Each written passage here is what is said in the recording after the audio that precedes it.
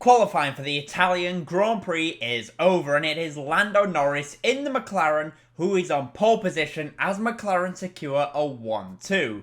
But what did we learn? Well, in today's video, I'm going to be taking a look at the data and doing a data analysis from qualifying. If you enjoyed the video, then please hit the like button and subscribe for more F1 content. Now, let's get into the video. As usual, I'll be talking about the top teams later on, so please do stick around for that. Yep, qualifying is over, and it was an incredibly tricky qualifying for the drivers, as we saw a number of drivers take a trip through the gravel at some point.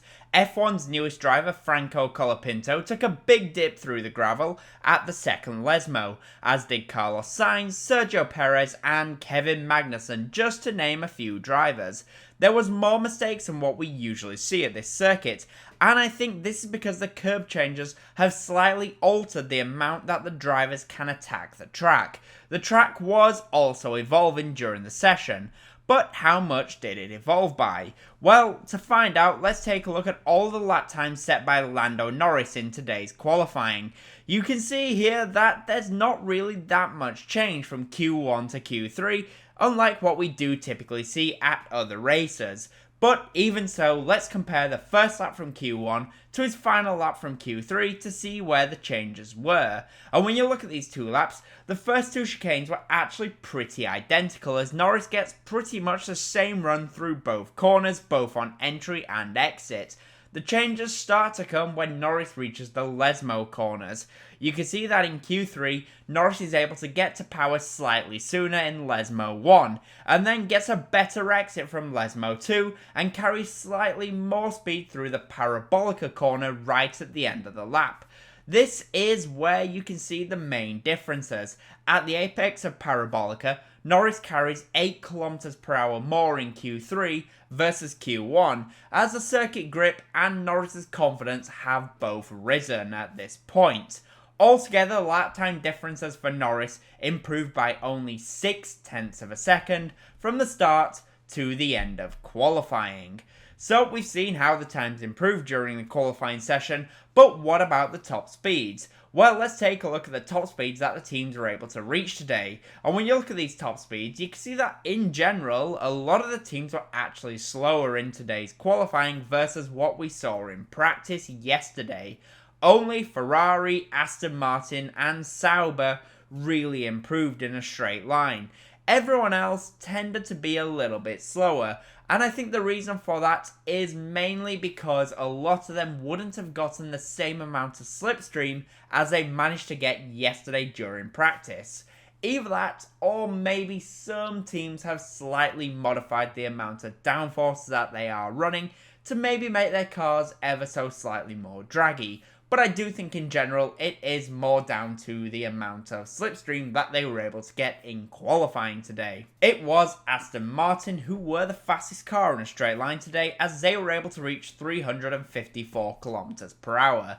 The slowest car in a straight line today was actually the fastest car overall, which was McLaren, as they were only able to reach 347 km/h. So we've seen the top speeds that the teams were able to reach, but now let's take a look at the midfield and who was the top midfield team and midfield driver. Well, the top midfield team today has to be Williams, as Alex Albon in the Williams was the fastest midfield driver, and he beat the closest midfield competitor, which was Nico Hülkenberg in the Haas. So let's compare the fastest lap of Albon to Hülkenberg to see how Nico just lost out to Alex Albon. And when you look at these laps, the main areas where Albon is better than Hülkenberg is on the exit of the first chicane and also on the exit of Ascari.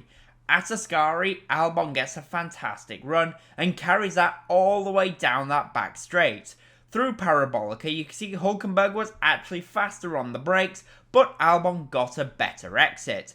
Down the straights, the Haas was the faster car, but in the corners, it was Albon who won out. Going into the race, it is going to be mighty close between these two and Fernando Alonso. As I mentioned yesterday, Williams, Haas and Aston Martin are going to be very strong and closely matched. It does look like this will be the case, and I do think it will be Alonso in the Aston Martin who comes out on top in the midfield battle today. I just want to say if you are enjoying the video so far, then I would really appreciate it if you hit the like button and subscribe for more F1 content. Now though, let's get back to the video and let's talk about Mercedes. For Mercedes, it was a bit of a mixed day. Overall, it was very positive, but still a bit mixed. They can be very happy with George Russell securing a third place start, which could easily become first if he nails the start. And Lewis Hamilton will be a little bit less happy as he missed out against Russell and finds himself starting in 6th place, as the field is so close that even though Hamilton was only 2/10 away from pole, he is still down in 6th place. Let's compare the lap times of George Russell and compare it to Lando Norris so we can see how Norris edged out Russell. And when you look at these two laps, you can see that Russell was actually faster in sector 1, as George got a great run from the exit of the first corner, and used that to open up the advantage around the grand curve.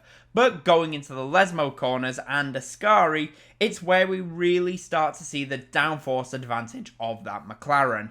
McLaren here starts to open up the gap against Russell, and honestly, that is all there is to say. The laps were so close and tight today that there's not really any large variation. For George, as I said earlier, it is an opportunity. Norris has been historically not great off the line, and this is the perfect opportunity for George to get a great start and take the lead down the long straight. For Ferrari, it was yet another close head-to-head battle between Charles Leclerc and Carlos Sainz, as the two drivers are once again separated by virtually nothing. Ferrari managed to split the two Mercedes drivers as Russell was 3rd and Hamilton is 6th. Leclerc did just about beat Carlos Sainz, but how did he do it? Well, let's compare the lap times of the two drivers. And when you look at these laps, it's much like Russell and Norris, where there is virtually nothing between them. But I have to say, Sainz was actually the driver who had the edge over his teammate for the majority of the lap. The main area though where it looks as though Leclerc had the advantage was through the first Lesmo corner and also on the run from Parabolica, telling me Leclerc managed to just keep the tyres alive and nail that final exit, whereas others were just starting to overheat their tyres. In the race tomorrow, I think Ferrari could be in a great position, and honestly, they could make it 3 races in a row on the podium, as I do think Ferrari will be better on the tyres compared to Mercedes, especially with the high temperatures expected. The question is though, which driver will be on the podium? For McLaren, it is starting to look like this might be the final video where they are the second to last team that I talk about, as they are in a fantastic position to potentially take the lead in the Constructors' Championship, as it was a McLaren 1-2 in qualifying, and Lando Norris edged out Oscar Piastri. Let's compare the laps of those two drivers then, and when you look at these laps, Piastri, like Russell, was actually faster in the first sector, as Piastri got a better exit from the first chicane. Piastri also got a better exit from the second chicane as well, but going into the Lesmo corners, it is just where we saw the best from Norris, and from that point onwards, Norris is just about faster everywhere, especially going through the Parabolica corner. Tomorrow, once again, Norris needs to actually get the car off the line well. It is his real Achilles heel. The run into turn 1 is a lot longer than it was at Zandvoort, and because of that, he cannot afford a bad start. If Piastri gets Norris off the line, honestly, I expect McLaren might use team orders to tell Piastri to let Norris through for the championship. And finally, for Red Bull, it was a rough day, as they are going to be starting down in 7th and 8th place, which for them is a disaster. The car looks frankly terrible. They are struggling for grip, and that is going to be an issue tomorrow, especially if the temperatures are high. Verstappen and Perez both look like they were on the ragged edge, and that is going to bite them over a race distance when it comes to tyre wear. Red Bull have enjoyed a large advantage for quite a while, but that is no longer there, and neither is their advantage in the Teams Championship, as this could really be the last race they are leading the Constructors' Championship. They have a lot of work to do. But now, let's compare the lap times of Verstappen to Norris. When you look at these two laps, Verstappen is ahead in the first sector, as I'm pretty sure you probably realised, Norris didn't get the best run through those first 2 chicanes. But going into the Lesmo corners, Verstappen is clearly slower through Lesmo 2. Norris carried 8 km per hour more through that section, and then going into Ascari, Norris carried 14 km per hour more at the apex. Then going into Parabolica, Verstappen couldn't carry the same amount of speed. This is a clear indication that Red Bull have fallen back and they don't have the same amount of grip that they once had. So with that in mind then, what are my top 5 predictions for the Italian Grand Prix? In P5, I'm going to go for Max Verstappen in the Red Bull. P4 will be George Russell in the Mercedes. P3 will be Charles Leclerc in the Ferrari. P2 will be Oscar Piastri in the McLaren, and I think Lando Norris will win the Italian Grand Prix, maybe with a bit of help from the McLaren team. But those are my thoughts. The question is, what do you guys think will happen? In the comment section down below, please do let me know. And as always, comment, leave a like, and subscribe for more F1 content. Thank you all so much for watching.